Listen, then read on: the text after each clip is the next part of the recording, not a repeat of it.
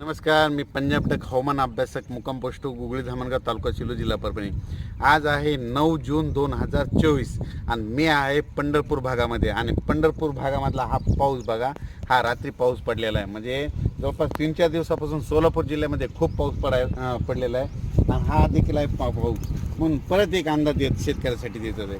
सर्व शेतकऱ्याला सांगू इच्छितो की शेतकऱ्यांनो, म्हणजे आज 9 जून 10, 11, 12, 13, 14पर्यंत सर्व शेतकऱ्याला सांगू इच्छितो की राज्यामध्ये जवळपास 12 तारखेपर्यंत दररोज भाग बदलत पाऊस पडणार आहे.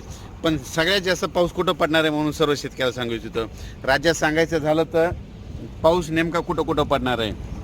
सातारा, सांगली, सोलापूर, कोल्हापूर, पुणे, तसेच नगर जिल्हा, नाशिक जिल्हा, तसेच संभाजीनगर, बीड, जालना, परभणी, लातूर, धाराशिव त्याच्यानंतर तो पाऊस सोलापूर, पंढरपूर या भागामध्ये म्हणजे 12 तारखेपर्यंत चांगला पडणार आहे म्हणून हा अंदाज लक्षात घ्यायचा.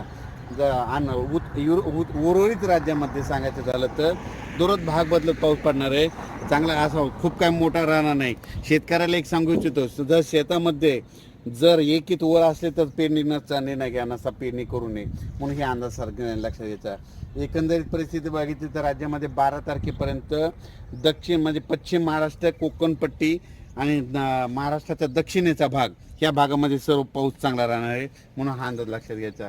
राज्यात सांगायचं झालं तर नंतर 14च्या नंतर परत राज्यामध्ये 15, 16, 2-3 दिवस थोडी विश्रांती राहील. पण 18, 19च्या नंतर परत राज्यामध्ये पाऊस येणार आहे म्हणून हा अंदाज लक्षात घ्यायचा. सर्व शेतकऱ्याला सांगू इच्छितो, शेतकऱ्यांनो, शेतात पाऊस पडल्याच्या नंतर जमिनीमध्ये एक ओल असले तर पेरणी करायला काही हरकत नाही. आणि आता ह्या मी ज्या भागात आहे, मी आहे पंढरपूर भागामध्ये.